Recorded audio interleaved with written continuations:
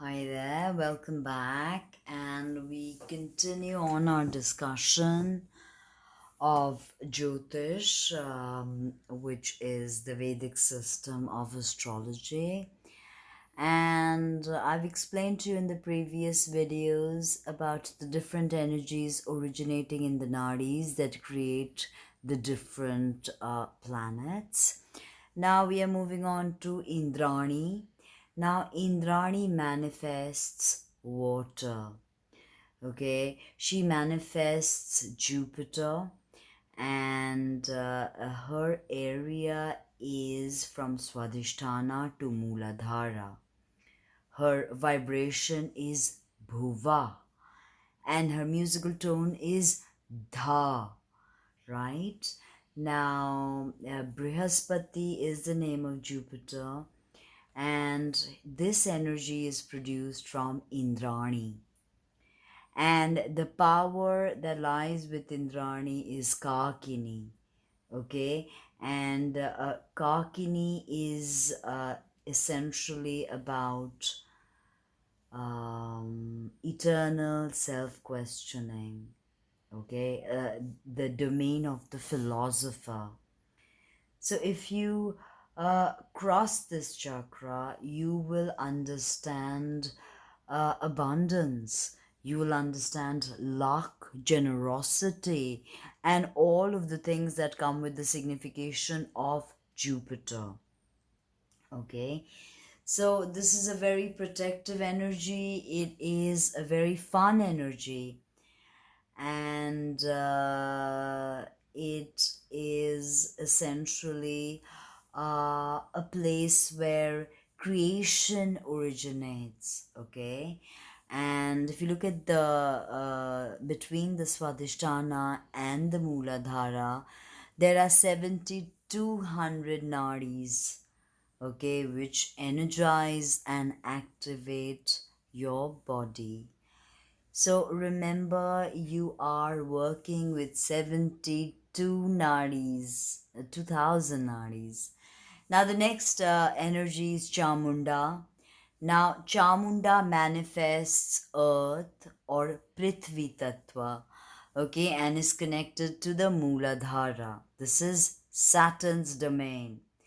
Her vibration is Bhu, and her musical tone is Ni.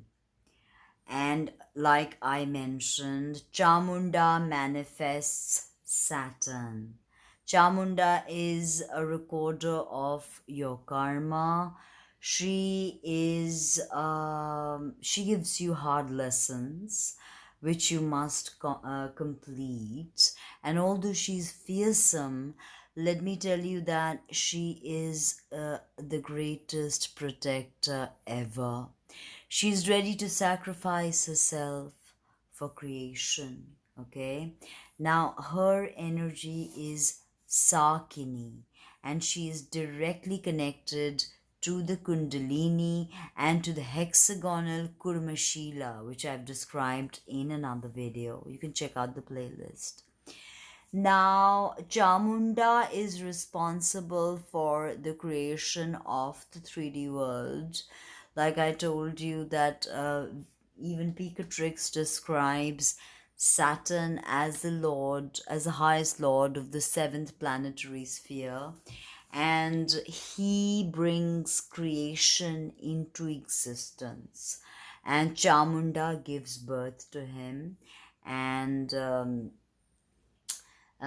she creates this existence. Remember, if the Kundalini detaches from the Kurmashila, it means death, physical death of the physical bodies, okay? And basically, the vibrations are slower. So it seems like a more denser experience. Chamunda is a more denser experience, and if you work with Chamunda, it is up to her to uh, open up the blockages to your Kundalini. Okay, ultimately she severs the head, she severs the ego, she severs your limited existence and leads you to the absolute truth. Okay, so very briefly I have explained in this video and in the past two videos an understanding of nadis and how planets manifest through the nadis. Okay, if you think about it, there are seven notes on a musical scale. There are seven chakras in the human body that are visible. There are actually 12 chakras. Some chakras are not visible. So, as the notes must combine to produce music, so must the chakras uh, work in harmony to create the symphony of your 3D existence. Okay. So, we've understood how the seven planets in the Vedic system, they are connected to the seven chakras. Okay. Now, what of Rahu and Ketu? They have no rulership of any signs. So they are basically hypothetical points. They always move in retrogradation. So there is no direct manifestation from Rahu and Ketu in your physical body, but they work on your subtle spiritual psychological chakras. Okay, like I told you, many of your chakras are not visible to you. You're not aware of your of the Markaba of your light body. Most of us are not, at least. Okay, so you must prepare yourself with the help of the seven mothers or the Saptamatrikas, and you must become a spiritual aspirant. Like Mara tempted Buddha, there will be temptations that will come your way. Your body is like the battleground of Kurukshetra, and remember to always work with dhyana or meditation and mantra. This is how you protect yourself. This is your kavach. Okay, this is your fixed deposit, basically, the work you put, the spiritual work you put. Okay, so that is how the chakras manifest. I explained to you in great detail. I will tell you a bit more about the different planets and how they work, because if you really look at Aries, it's ruled by Mars, even in the Vedic system, and Mars also rules Scorpio. So the masculine form of Mars is Aries, feminine is Scorpio, nocturnal, and Venus rules both Pisces as well as Libra as well as Taurus. Okay, sorry, Venus does not rule Pisces.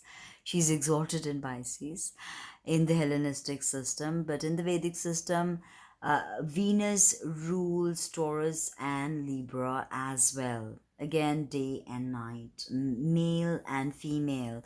So in the Vedic system, you look upon each planet ruling the Ida Nadi and the Pingala Nadi. So the Ida Nadi expression is the feminine expression, the Pingala Nadi expression is the masculine expression. Okay, in that sense, Mercury in its masculine expression is Gemini, and in its feminine expression is Virgo. Jupiter in his masculine expression or Pingala expression is Sagittarius. In his feminine or Ira expression, he is Pisces. Saturn in his feminine expression is Capricorn. Saturn in his masculine expression or Pingala expression is Aquarius. Okay, so this is how you work with the planets. You understand the different placements, and once you understand the sign in which they exist, then you can really piece together this whole story. So Navagraha Stotram is a very powerful mantra to work with if you want to appease the 9 planets and the 9 traditional planets. Of course we take into consideration Rahu and Ketu. So it is a long mantra actually, Navagraha Stotram.